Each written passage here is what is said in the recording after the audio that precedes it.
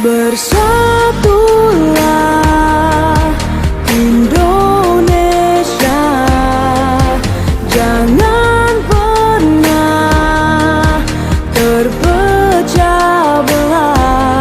Walau kita berbeda, walau kita tak sama, Radio Republik Indonesia, kita Indonesia sesungguhnya.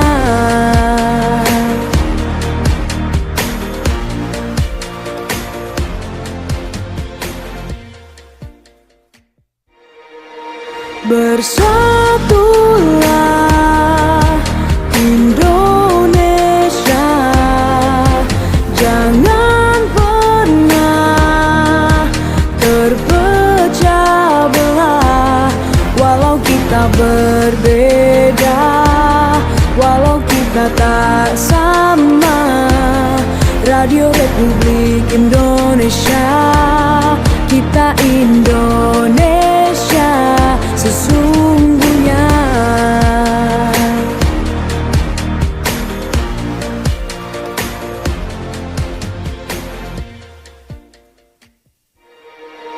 Bersatulah Indonesia. Selamat pagi pendengar Pro 1 dan juga untuk Anda yang sudah menantikan kami untuk Forum Kawan edisi hari ini, hari Jumat di tanggal 7 Februari 2025. Senang sekali di Forum Kawan kali ini bersama saya Steve Kolibu. Pendengar, kita akan membahas terkait dengan deteksi dini kanker usus besar dengan tata laksananya. Kita sudah mengangkat topik ini sejak pagi tadi di Warta Kawan Pagi, kemudian juga di opini publik. Anda sudah memberikan masukan Anda, tanggapan Anda terkait dengan penyakit ini, dan kita akan membahas lebih lengkap lagi bersama narasumber yang sudah hadir di studio Pro 1 pagi ini. Ada Dr. Michael Tendean, spesialis bedah, konsultan bedah digestif. Selamat pagi Dr. Michael. Ya, selamat pagi. Terima kasih Dok sudah bisa hadir ya di Pro 1 pagi ini, sudah bisa ngobrol-ngobrol juga bersama saya, dan pastinya juga untuk Anda pendengar, Anda bisa bergabung bersama kami melalui line telepon di 082195835080. Dan terkait dengan kanker usus besar nih Dr. Michael, dari informasi yang saya dapat juga dari datanya Global Cancer Observatory atau GloboCan ini juga mengatakan bahwa kanker usus besar ini menjadi penyakit dengan angka kematian tertinggi kelima di Indonesia. Itu luar biasa sekali. Itu bisa Anda dapatkan informasinya di rri.co.id. Dan untuk itu kita bahas ini karena menjadi penyakit dengan angka kematian tertinggi kelima. Jadi wajib untuk kita bahas. Kita juga ingin tahu juga sebenarnya faktor-faktornya apa, kemudian juga bagaimana cara penanganannya dan lain-lain sebagainya bersama dengan Dr. Michael. Tapi bisa dijelaskan sedikit Dok, apa sih sebenarnya ini kanker usus besar ini, yang seperti apa ini Dok?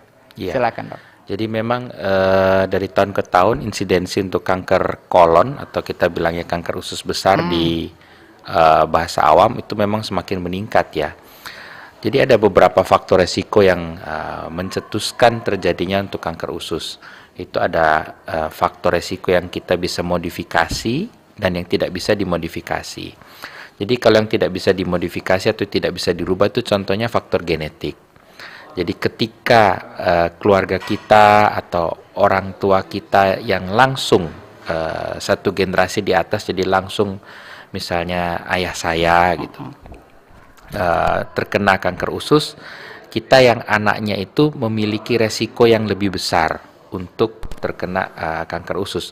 Bukan 100%, tetapi memiliki resiko yang lebih tinggi daripada yang orang tuanya tidak terkena kanker usus. Oke.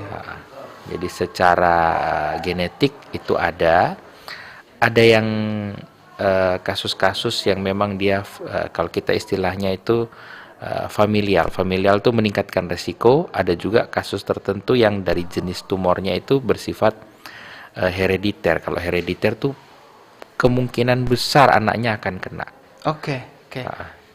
Jadi Ya. itu Baru ini juga satu insight baru buat saya, mungkin juga untuk pendengar yang sementara mendengarkan, ternyata ini juga bisa ada faktor genetiknya untuk kanker usus. Kalau ya, kanker usus memang sudah dari penelitian kanker kolon itu atau kanker usus besar itu terbukti memang untuk genetiknya ada. Oke, artinya lebih besar kemungkinannya untuk kayak tadi Terkena anaknya untuk terkena daripada orang yang tidak ada riwayat di dalam keluarganya kanker usus besar ya dok. Betul ya.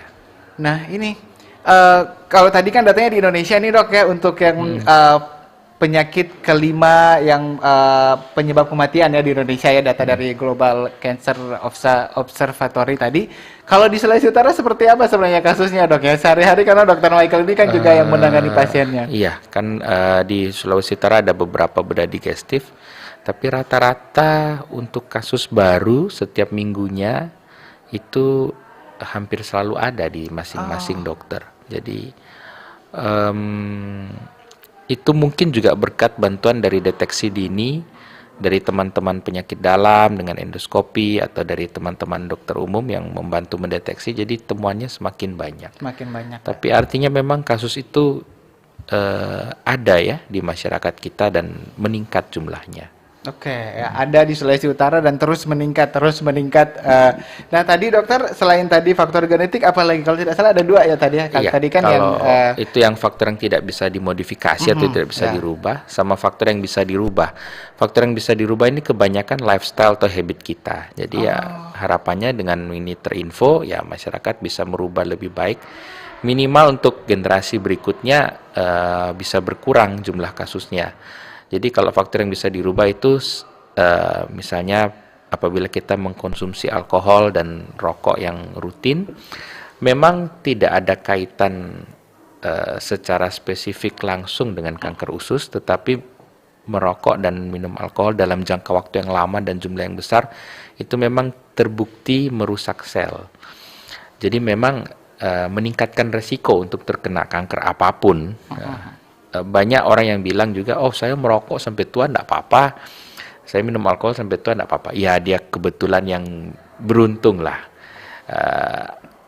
Tetapi memang terbukti rokok dan alkohol itu meningkatkan resiko untuk seseorang terkena kanker. Kapan terjadi kanker yang mana memang enggak ada yang tahu, tapi terbukti meningkatkan resiko. Kedua hal yang lebih sederhana itu sebenarnya makan sayur-sayuran. Jadi intinya semua kanker, kalau dalam hal ini kanker usus besar atau kanker kolon, itu terjadi peradangan kronis. Jadi peradangan yang berulang-ulang yang lama di usus besar kita. Itu banyak terjadi kalau kita misalnya sembelit, konstipasi, susah berak. Kotoran kita tuh tertampung lama di dalam permukaan usus besar kita, itu menyebabkan peradangan, iritasi kronis. Jadi usahakan ya beraknya harus rutin, kita harus makan sayur, makan buah, makan yang berserat lah, yang banyak, sehingga dia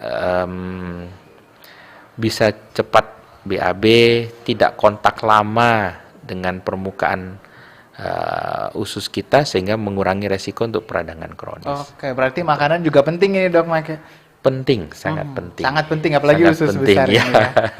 Oke, jadi itu pengantar saja untuk Anda pendengar ya, biar bisa lebih terbuka lagi wawasannya terkait dengan kanker usus besar ini. Apalagi seperti yang disampaikan Dr. Michael tadi, banyak yang mungkin kalau merokok kan paling kanker paru-paru atau yang biasalah kita temui, tapi ternyata itu juga bisa meningkatkan kita terkena risiko berbagai jenis kanker, diantaranya kanker usus besar. Dok, kita jeda dulu sejenak ya, dokter ya. Untuk Anda juga pendengar, kami masih mengundang Anda untuk bisa bergabung di line WhatsApp ataupun juga di live streaming kami di YouTube RRI Manado untuk memberikan komentar terkait dengan topik yang kita bahas pada pagi hari ini. Nanti juga akan ada narasumber lainnya yang akan bergabung di Forum Kaunua, jadi tetap bersama kami di Forum Kaunua Pagi. RRI Digital. Nikmati kemudahan interaksi, partisipasi, dan kolaborasi dengan RRI Digital. Interaksi, dengar dan saksikan siaran langsung kami, daftarkan akun kamu, dan mulailah. RRI Digital. Nikmati kemudahan interaksi, partisipasi, dan kolaborasi dengan RRI Digital. Interaksi, dengar dan saksikan siaran langsung kami, daftarkan akun kamu, dan mulailah berinteraksi di setiap program dan konten kami. Partisipasi, kreasikan konten kamu dengan berita, podcast, vlog, film, musik, dan playlist. Kolaborasi, kami mengajak berbagai komunitas untuk berkembang bersama melalui digital platform. RRI Digital. sekarang menghadirkan terobosan baru, Workspace Platform dan Online Learning Platform dengan fasilitas-fasilitas unggulan, monitor impact dan outcome, meeting online, video conference, dan library. RRI Digital menghadirkan fitur-fitur untuk peningkatan interaksi, partisipasi, kolaborasi, workspace, dan learning. Yuk, segera download RRI Digital.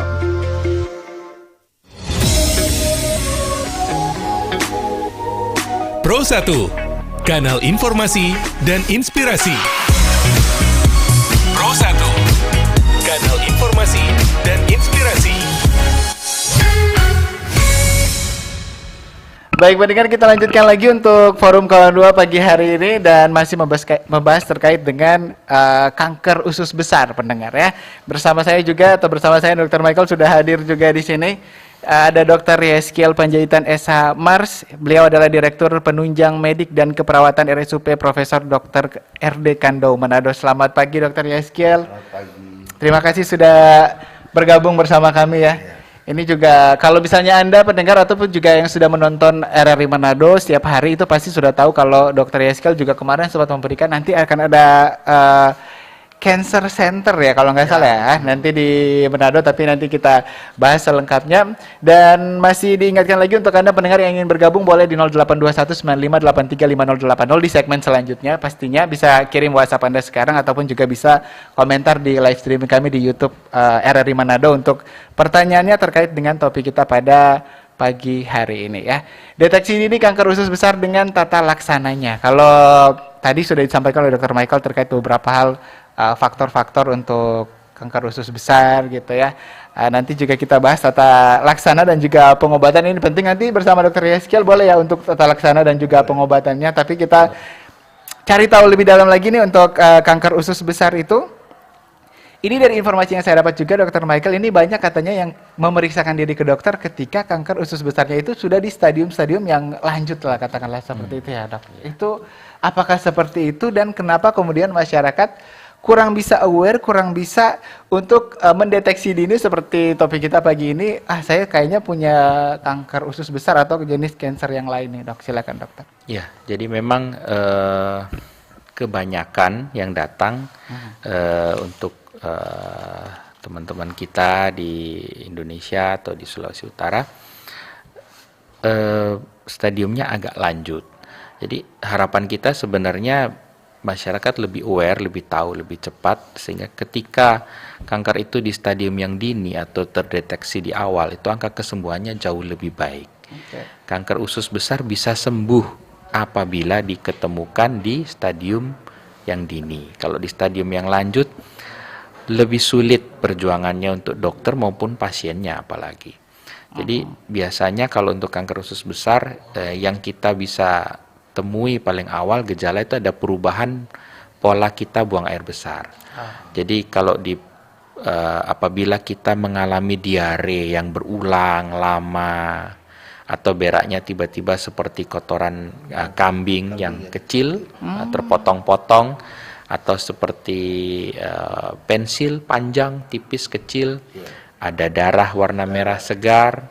Atau kalau di kanker rektum di bawah dekat dengan lubang pantat itu biasanya kita beraknya rasanya tidak tuntas.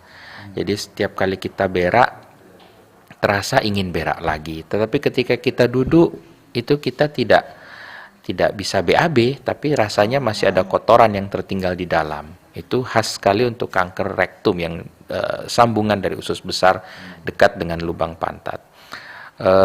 Selain itu kita kadang-kadang beraknya ada berlendir, terutama kalau pagi hari kita seperti orang diare berak tapi keluarnya lendir-lendir. Nah kalau ada perubahan pola buang air besar seperti itu, alangkah baiknya memang segera memeriksakan diri lebih cepat.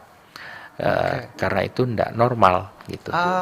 Tapi kan dok ada juga masyarakat, misalnya saya salah makan lah atau katakanlah ada makanan-makanan yang bisa membuat diare atau berarti itu normal aja ya dok? Jadi kalau salah makan karena diare itu kan problem infeksi atau keracunan makanan atau alergi. Begitu makanan itu di stop atau kita kalau yang infeksi kita berikan antibiotik mestinya diare itu akan berhenti. Nah kalau ini tidak akan mereda dengan pemberian antibiotik atau menyetop makanan tersebut. Jadi ini akan timbul terus karena ini adalah gangguan struktur anatomi dari usus besarnya yang menimbulkan upaya dari badan untuk mengatasi itu sehingga timbul perubahan pola buang air besar. Oke, jadi maksudnya berarti kalau yang memang biasanya kita kayak keracunan makanan tadi itu belum tentu juga untuk mengarah ke kanker usus Belum besar. tentu. Tapi kalau kita orang malah bilang kumakbal, kabal, makan-makan itu terus bisa nggak sih dok? Karena udah tahu ada reaksi dari tubuh, tapi kita ya karena mungkin doyan sama makanan itu jadi makan terus.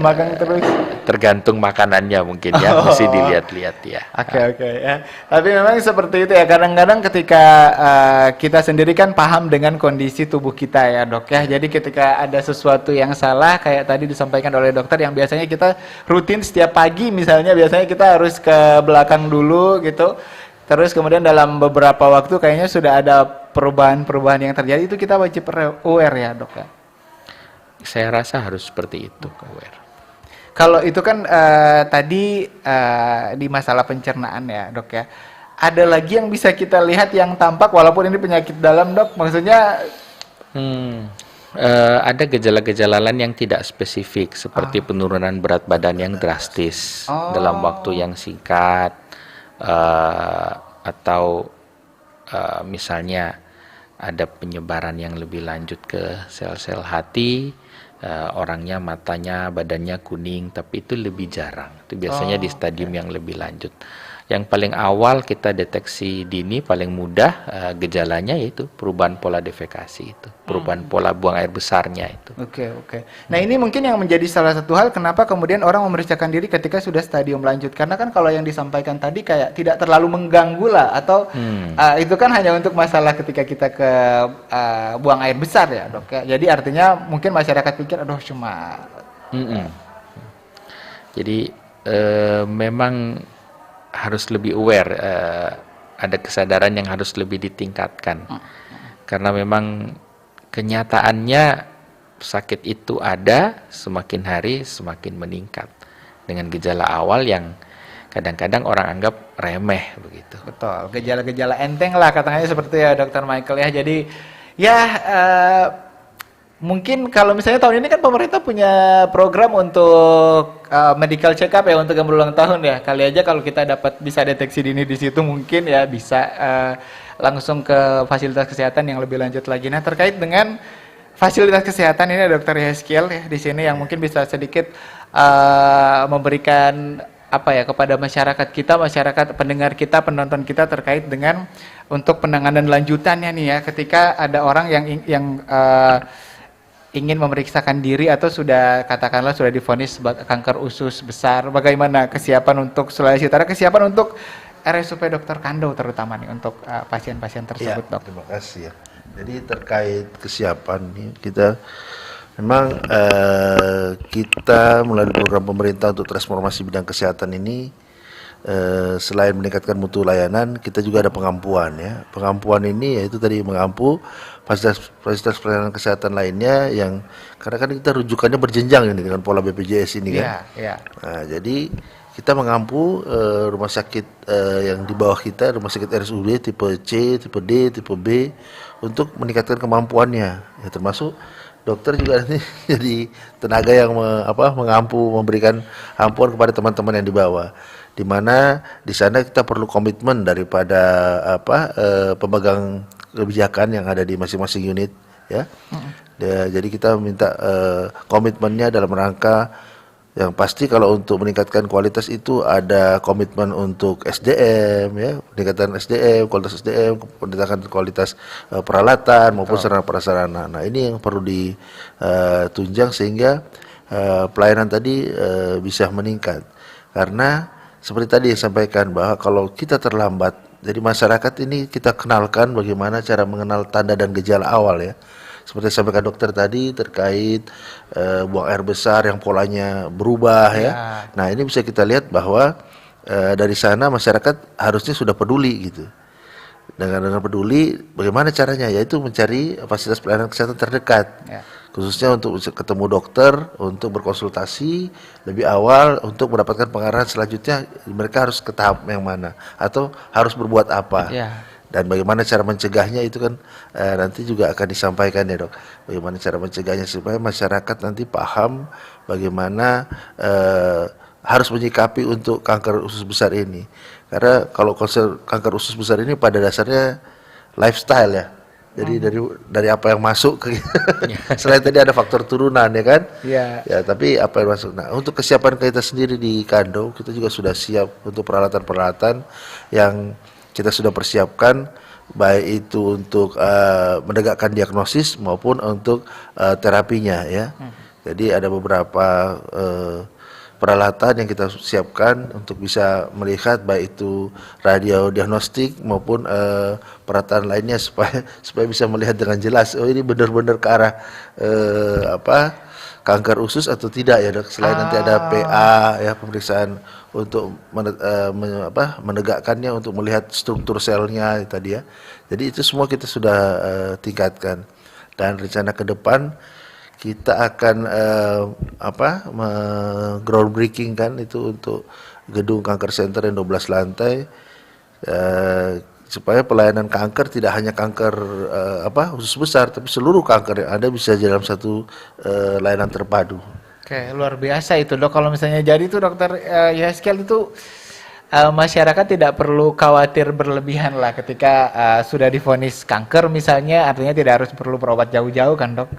Iya betul. Jadi dengan adanya kita jemput bola ini untuk meningkatkan mutu layanan, program pemerintah dengan transformasi ini, ada beberapa rumah sakit yang sudah ditingkatkan kemampuannya, termasuk RSUP Kando. Jadi kalau dulu mungkin kita kalau kanker ya kita harus berobat ke Darmais karena pusat kankernya di Wisma semuanya ke sana ya kan.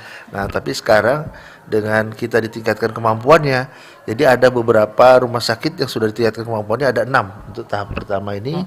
Yang kita ini adalah ada Malik Medan, kemudian Husein Palembang, Suraji Klaten, ada rumah sakit baru yang di Jawa Timur yang dibangun Kementerian Kesehatan, kemudian ada lagi yang di Ujung Pandang dan Kando sendiri mendapat yang ke-6 ya. Jadi kita untuk Indonesia bagian timur sisi utara itu termasuk Sulawesi Utara, Gorontalo, Sulawesi Tengah, Maluku Utara, bahkan sampai Papua, Kalimantan Utara itu bisa menerima manfaatnya. Jadi bisa menjadi satu regional rujukan untuk penderita kanker nanti. Betul. Dan ini berarti untuk seluruh masyarakat Indonesia yang tadinya terpusat di Rumah Sakit Darmais di Jakarta, sekarang sudah disebar ke seluruh Indonesia. Salah satunya di RSUD Prof. Kando ya, di Manado. Itu jadi tujuannya pemerintah, kita sama-sama punya BPJS nih, ya, baik orang Papua, orang yang ada di Sulawesi Tengah, tetapi berobat kok harusnya ke Jakarta semua, Jakarta dirujuk ke sana gitu loh. Ada nggak? Pada orang Sulawesi Utara. Jadi kalau sangat beruntung warga Sulawesi Utara karena dengan adanya peningkatan kualitas layanan di sini bisa nanti menerima manfaat, tidak perlu harus ke Darmais. Betul. Di kita sudah bisa nanti terpadu dan kualitasnya ya diharapkan bisa paripurna sama dengan Darmais. Betul ya, dengan fasilitas dan pelayanan yang sama tetap betul ya. Sekali. Kualitasnya sama tapi lebih dekat dengan kita ya, lebih dekat dengan masyarakat. Lebih mudah diakses. Lebih accessible, lebih gampang diakses. Baik ya, dan kita juga ingin cari tahu sebenarnya tadi bagaimana kemudian untuk pengobatannya seperti apa, pencegahannya seperti apa dengan Dr. Michael, tapi kita harus jeda dulu sejenak. Pendengar, nanti setelah ini juga Anda bisa bergabung bersama kami di line telepon dan juga WhatsApp 082195835080. Anda juga bisa memberikan komentar Anda di live streaming kami di YouTube RRI Manado. Jangan lupa di subscribe, dan Anda juga bisa mendengarkan kami live streaming di aplikasi RRI Digital. Kami akan kembali saat lagi, tetap di Forum Kawanua. RRI Digital. Nikmati kemudahan interaksi, partisipasi, dan kolaborasi dengan RRI Digital. Interaksi, dengar dan saksikan siaran langsung kami, daftarkan akun kamu, dan mulailah berinteraksi di setiap program dan konten kami. Partisipasi, Kreasikan konten kamu dengan berita, podcast, vlog, film, musik, dan playlist. Kolaborasi, kami mengajak berbagai komunitas untuk berkembang bersama melalui digital platform. RRI Digital sekarang menghadirkan terobosan baru, workspace platform dan online learning platform dengan fasilitas-fasilitas unggulan, monitor impact dan outcome, meeting online, video conference, dan library. RRI Digital menghadirkan fitur-fitur untuk peningkatan interaksi, partisipasi, kolaborasi, workspace, dan learning. Yuk, segera download RRI Digital.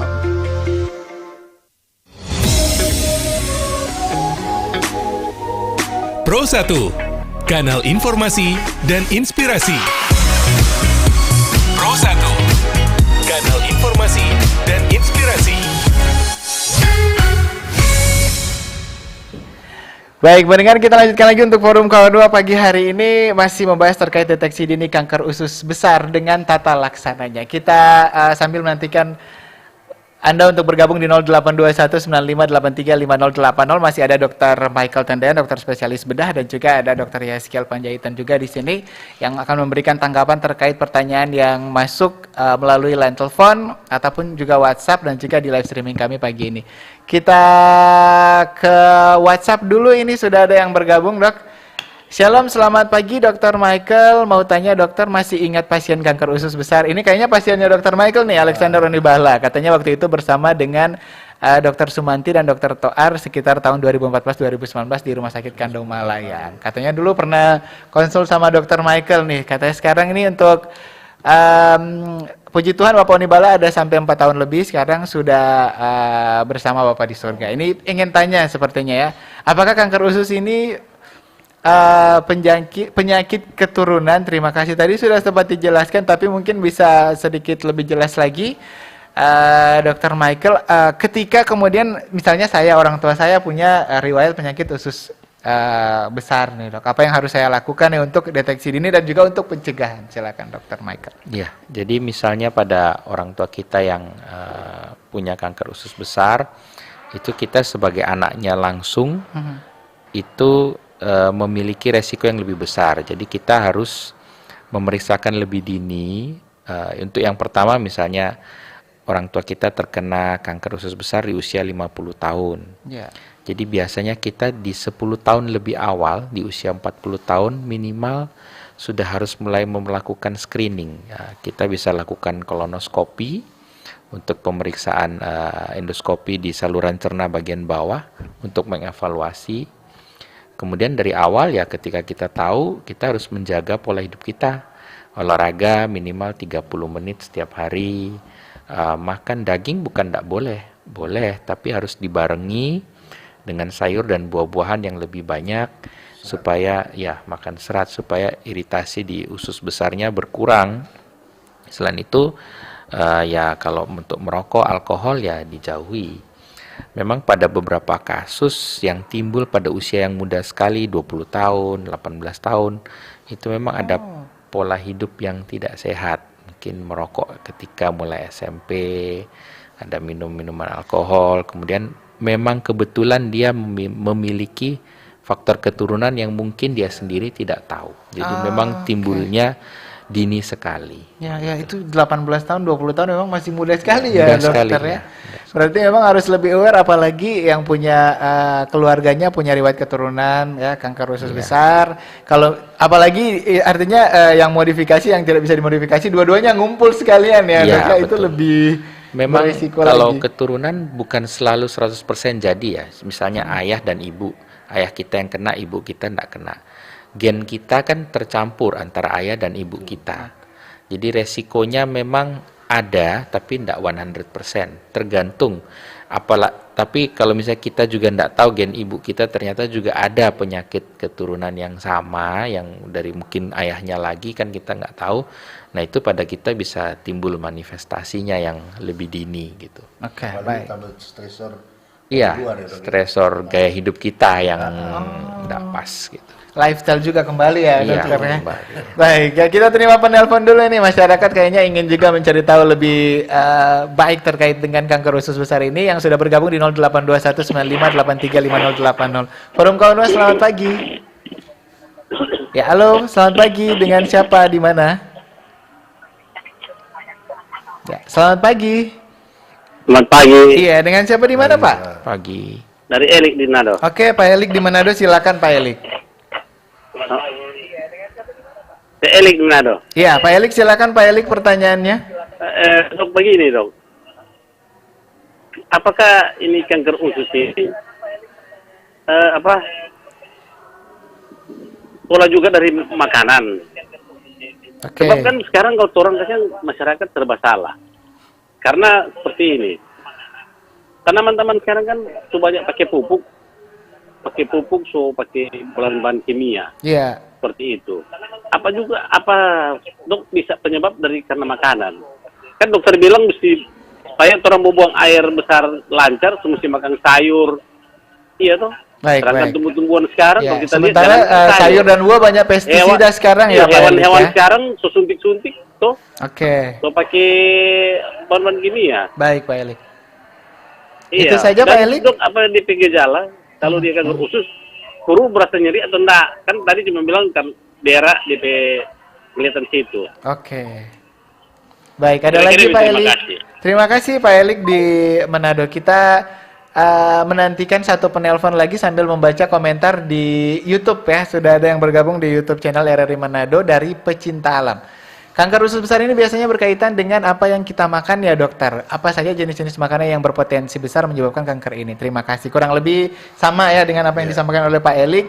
Ada yang berniat untuk makan sayur, tapi sayurnya ternyata sudah ada pestisida lah katakanlah seperti itu, dan juga hal-hal lain. Kalau misalnya katanya tadi daging pun sudah pakai bahan-bahan kimia untuk bikin lebih cepat besar atau apa. Silakan dokter Michael menanggapi.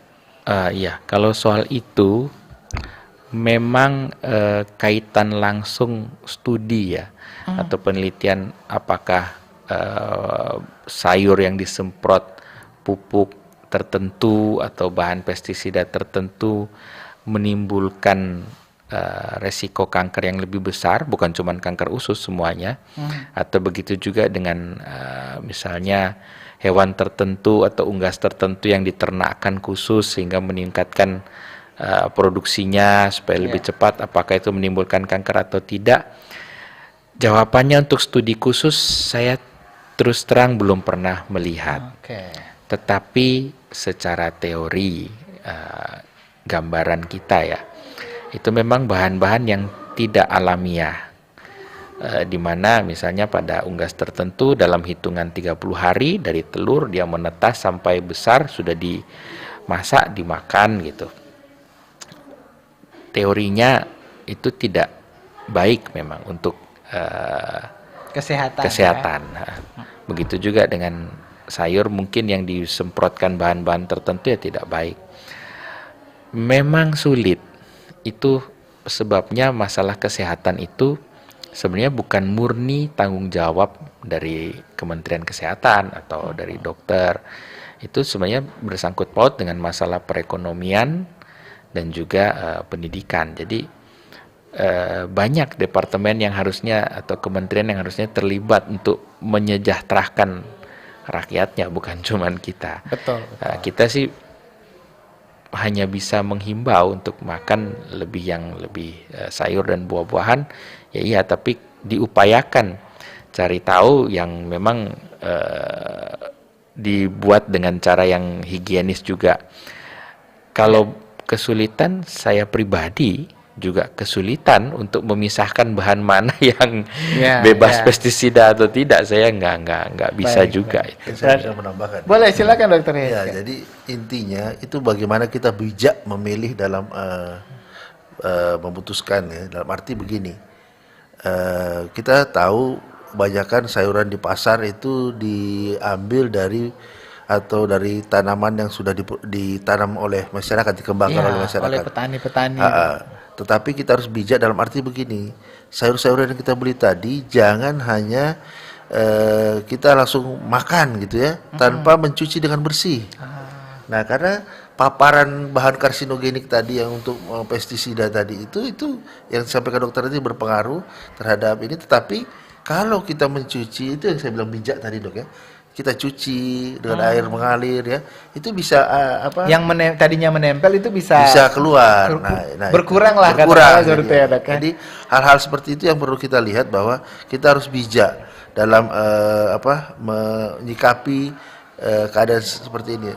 Bisa kita lihat bahwa di Sulawesi Utara ini itu kan kangkung nggak ada yang disemprot ya. Iya, kalau kangkung alami itu. Tilutuan itu ya. Sebenarnya udah bagus banget gitu ya. Nah, cuma yang kurang di sini juga satu daun singkong. Nah, daun singkong itu orang Manado jarang mengkonsumsinya.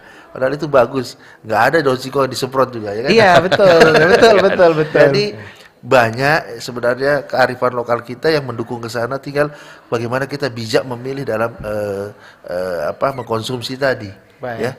Jadi kalau kita lihat sayur-sayuran yang lain itu mungkin dibudidayakan dengan jaga kualitasnya agar hasil panennya bagus dengan tambahan tadi pestisida pupuk. Lah kita bisa lihat sekarang kan orang trennya arah ke yang organik, dong. Ya kan? Betul. Nah, organik ini ya termasuk sebenarnya kangkung yang ada di Sulawesi Utara ini kan untuk tirutuan ya nggak ada lah disemprot ya, kecuali kangkung yang ditanam bukan di kolam ya.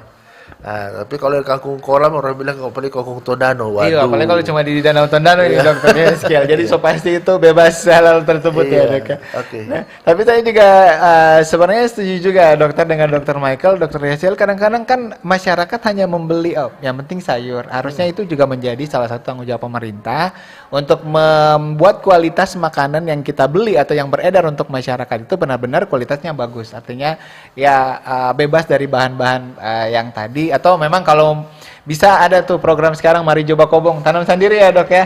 Kalau cuma untuk konsumsi sendiri kan dan keluarga kan nggak terlalu banyak juga, tapi memang ya seperti yang disampaikan Dr. Yaskel, kita yang bijak, kita yang paling tahu mana yang paling bagus untuk tubuh kita. Kita ke pertanyaan WhatsApp selanjutnya sambil menantikan yang ingin bergabung di line telepon kita. Ada dari Nah, selamat pagi, mau bertanya tentang kasus usus besar, tentang kanker usus besar ya. Tadi dokter jelaskan harus aware kalau tinja kita bermasalah seperti berlendir dan lain-lain atau intensitas buang airnya 1-2 minggu sekali BAB. Pertanyaan saya, kalau memang metabolisme atau kebiasaan saya BAB memang 2 minggu sekali dan dari dulu memang sudah begitu, apakah itu juga pertanda masalah pencernaan, ada masalah di pencernaan atau bagaimana? Mohon penjelasannya. Tidak dikasih tahu nih dari siapa atau silakan Dr. Michael, boleh ditanggapi? Iya, kalau dalam hal ini misalnya BAB-nya 1 atau 2 minggu sekali, saya rasa memang ada masalah ya dalam pencernaan itu. Walaupun tidak selalu harus kanker usus, itu normalnya tidak seperti itu. Normalnya ya 1 hari 1 kali atau 2 hari sekali gitu. Tapi kalau 1-2 minggu baru sekali BAB, saya rasa itu bukan hal yang wajar. Mungkin ada baiknya diperiksa. Tidak selalu memang itu suatu kanker usus besar. Kanker ya, Dok? Iya, tidak selalu. Tapi problem-problem yang lain bisa saja timbul atau belum timbul tapi lama-kelamaan akan ikut menyertai lah, karena seperti itu. Oke, memang sudah seharusnya berarti memeriksakan diri ya kalau 1-2 minggu sekali ya. Iya. Dokter Yaskel mungkin ada tambahan, Dok, ini dari penanya kalau kita. Itu memang jadi warning ya, karena itu menjadi satu tanda awal bahwa ini kan tidak lazim ya. Betul. Jadi kita harus harus memeriksakan diri. Bisa saja itu karena ini kan kalau BAB itu kan tergantung gerakan peristaltik ususnya ya, Dok ya. Betul. Nah, jadi peristaltik ususnya bisa saja orang tersebut kalsiumnya ya atau kekurangan vitamin D sehingga untuk peristaltik tadi kurang gitu ya. Jadi kurang lebih tinggi malah lebih tinggi sehingga kurang gitu ya. Jadi biasa kalau kita lihat kalau orang diare diberikan kalsium jadi peristaltiknya yang tinggi jadi berkurang ya. Nah, jadi seperti itu mungkin kelebihan kalsium bisa saja ya. Jadi posisinya ini hanya praduga saja. Betul. Tapi yang pasti seperti sampaikan dokter tadi harus kita periksakan, kita harus cari tahu sedini mungkin penyebabnya. Ya, walaupun kita sudah anggap biasa, tapi ini hal yang di luar kebiasaan Iya, manusia betul. pada umumnya. Tidak Ya. lazim untuk manusia yang Iya, punya pencernaan betul, normal ya, betul, dokter betul, ya. betul. Baik, coba kita ke line telepon dulu. Sudah ada yang bergabung kembali. Forum Kawan Nuan, selamat pagi. Halo, selamat pagi. Ya, dengan siapa di mana? Selamat pagi. Iya, dengan siapa di mana, Pak? Selamat pagi. Selamat pagi. Pagi-pagi, Pak. Dek Elik balik ulang. Oh, Pak Elik kembali. Silakan Pak Elik, singkat saja Pak Dok, Elik. mau tanya, kan orang di Palampa baru-baru ada kasus tuh. Itu anak dia meninggal karena ada tumor di usus. Mungkin itu kanker. Dia meninggal. Masih muda kasihan dia. Oke. Cuma dok mau tanya, kalau tuh orang dapat rupa blender begitu kan setengah mati mau berak. Ya, apakah itu ada gejala dari situ atau gimana? Oke, baik Pak Elik. Terima kasih. Terima kasih Pak Elik ya sudah bergabung ini dari Manado, dari Palempat. Sedikit bercerita terkait pengalamannya di sekitar lingkungannya dia mungkin dokter ya. Silakan yang mau bergabung lagi di belakangnya Pak Elik di Forum Kono pagi hari ini. Halo, selamat pagi. Oke, baik ya. Boleh ditanggapi dulu ini siapa? Dokter Yeskiel, Dokter Michael kira-kira. Kalau Blenda itu apa ya, Dok ya? Blender sih setahu saya Itu kan kalau- bahasa lokal ya. bahasa orang lokal tuh kebanyakan artinya usus buntu. Oh, iya, Jadi iya, iya. kalau sebenarnya usus buntu ini penyakit infeksi. Ya. Beda dengan penyakit kanker usus besar. Kalau kanker itu kan penyakit degeneratif, selnya berubah jadi ganas. Kalau Blenda itu usus buntu karena infeksi. Jadi kalau pada orang yang sakit usus buntu di awal, dia sih tidak susah berak, perutnya berak bisa, kentut bisa, cuman nyeri dok, nyeri dan keras. Kalau sudah keras seperti papan mungkin sudah pecah dia usus buntunya. Jadi kalau itu dia nyeri biasanya di perut sebelah kanan bawah. Walaupun nyeri perut kanan bawah itu tidak selalu usus buntu, macam-macam, ada batu ginjal bisa, kalau di wanita ada terpuntir dari kista di ovariumnya itu juga bisa. Nah, pada orang usus buntu atau Blenda yang infeksi yang sudah lama, itu bisa kembung memang susah berak. Itu biasanya timbul karena usus di sekitarnya itu malas bergerak karena proses infeksi yang hebat. Nah, tapi itu bukan kanker usus, makanya deteksi dini itu ada baiknya memang harus minimal berobat ke dokter puskesmas untuk dievaluasi apakah ini memang benar suatu usus buntu atau ini kanker usus. Itu tidak bisa ditentukan sendiri di rumah, memang agak sulit.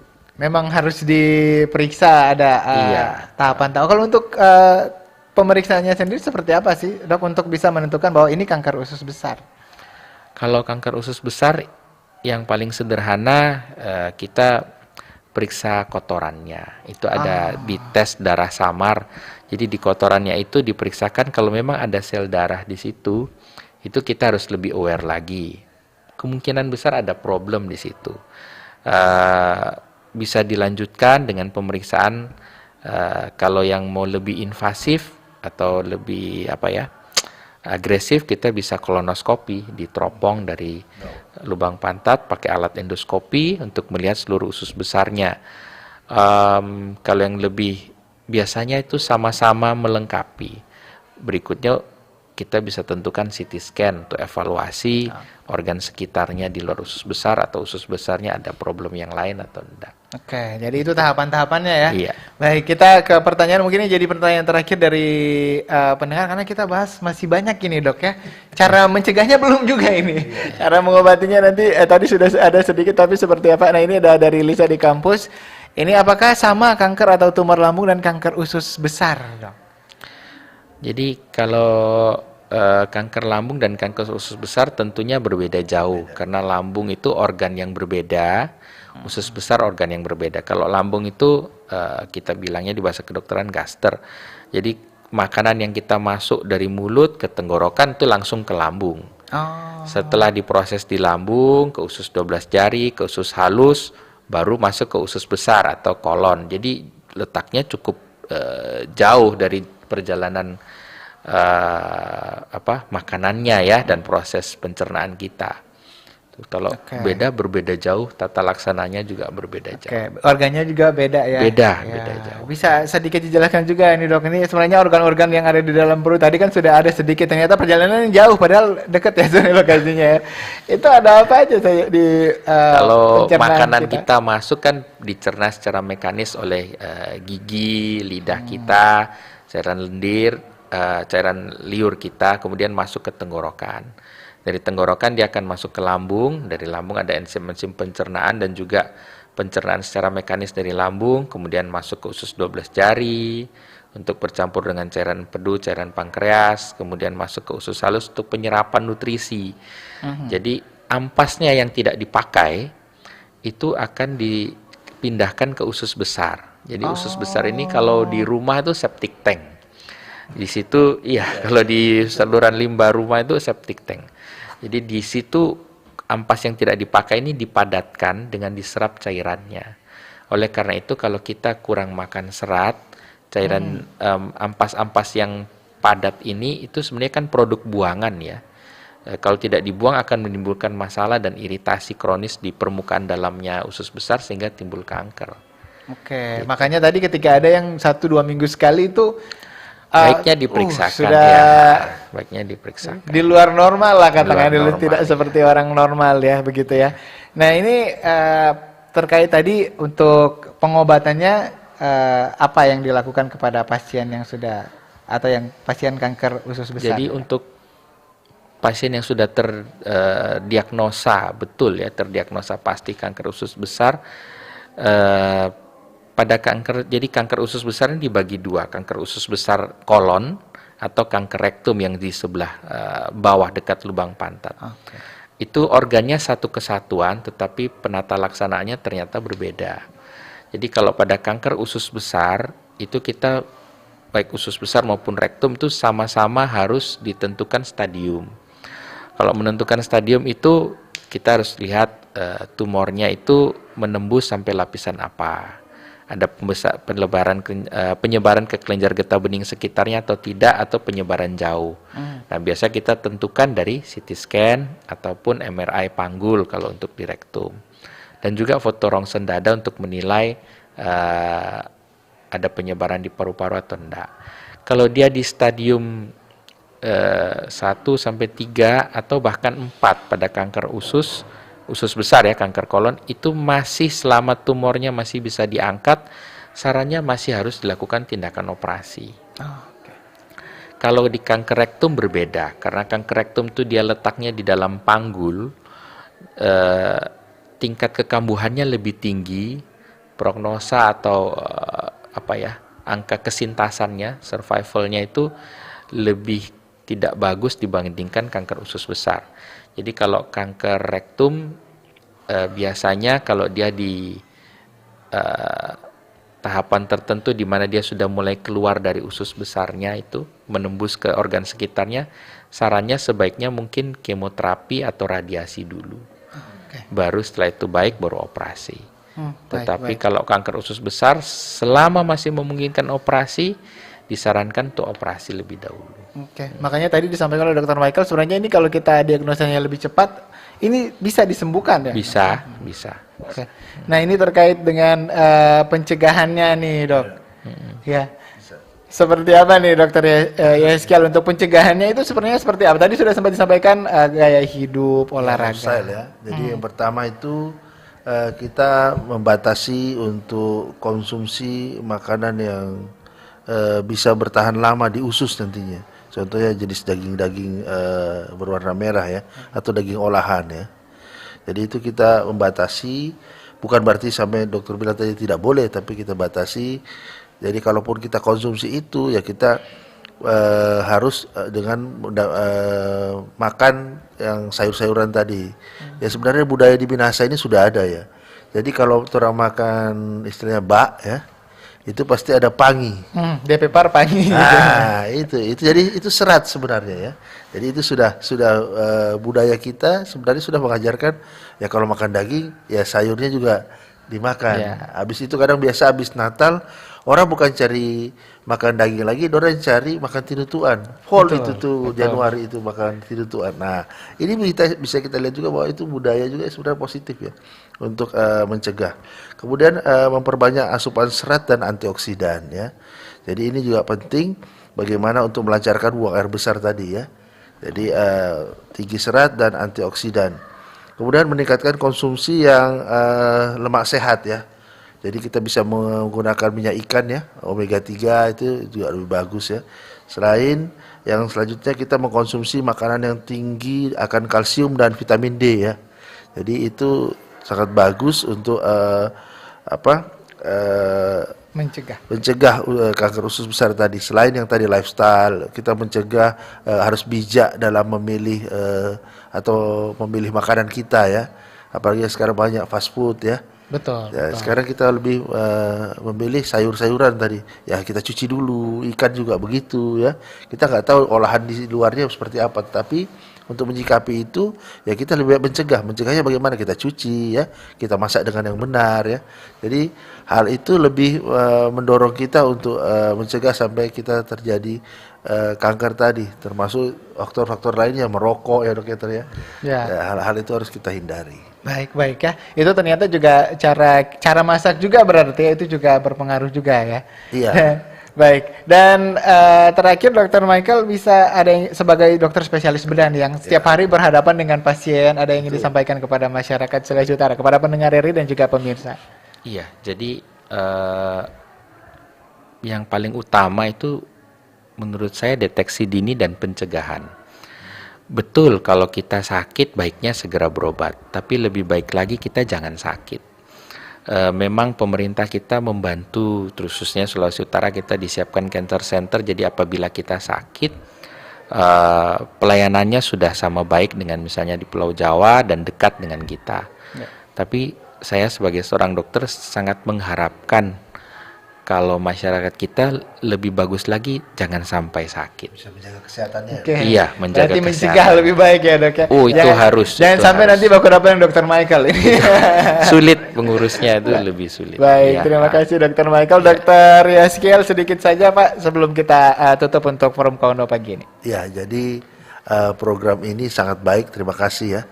Dan kita juga memperkenalkan bagaimana tadi disampaikan dokter untuk bagaimana mengenal penyakit itu sendiri, kanker usus, tanda dan gejalanya, kemudian harus bersikap apa masyarakat, ya tentu mencari tenaga kesehatan yang terdekat ya. Kemudian patuhilah apa yang diperintahkan oleh tenaga kesehatan tersebut, sehingga itu bisa mempercepat proses penyembuhan. Dalam arti proses itu kalau diikutin dengan baik, progres untuk kesembuhannya lebih besar. Baik. Ya. Baik, terima kasih Dr. Yaskiel. Artinya survival rate-nya tadi ya Dr. Michael ya, tinggi untuk kanker usus besar ini ya. Terima kasih untuk Dr. Michael, Dr. Yaskiel juga ya untuk waktunya. Terima kasih juga untuk Anda pendengar yang sudah mendengarkan kami, semua penonton juga yang sudah menyaksikan kami di live stream kami di YouTube RRI Manado. Terima kasih. Kalau misalnya ada yang kelewatan boleh ditonton lagi, bisa diikuti dari awal untuk perbincangan kita di forum Kodo pagi hari ini. Dan mudah-mudahan apa yang kita bahas pagi ini terkait dengan deteksi dini kanker usus besar dengan tata laksananya bisa membuat masyarakat lebih aware lagi, lebih mengerti lagi terkait dengan kanker usus besar, termasuk cara pencegahan dan bagaimana kemudian ketika kita sudah ada beresiko tinggi ya tadi ya, itu bisa tahu kita harus kemana. Saya Steve Kolibu mewakili seluruh kerabat kerja yang bertugas, ya penanggung jawab acara Kepala Stasiun RRI Manado Pak Nandang juga mengucapkan terima kasih. Sampai jumpa di forum Kondo edisi selanjutnya. Selamat pagi. Bersatulah Indonesia, jangan pernah terpecah belah. Walau kita berbeda, walau kita tak sama, Radio Republik Indonesia, kita Indonesia.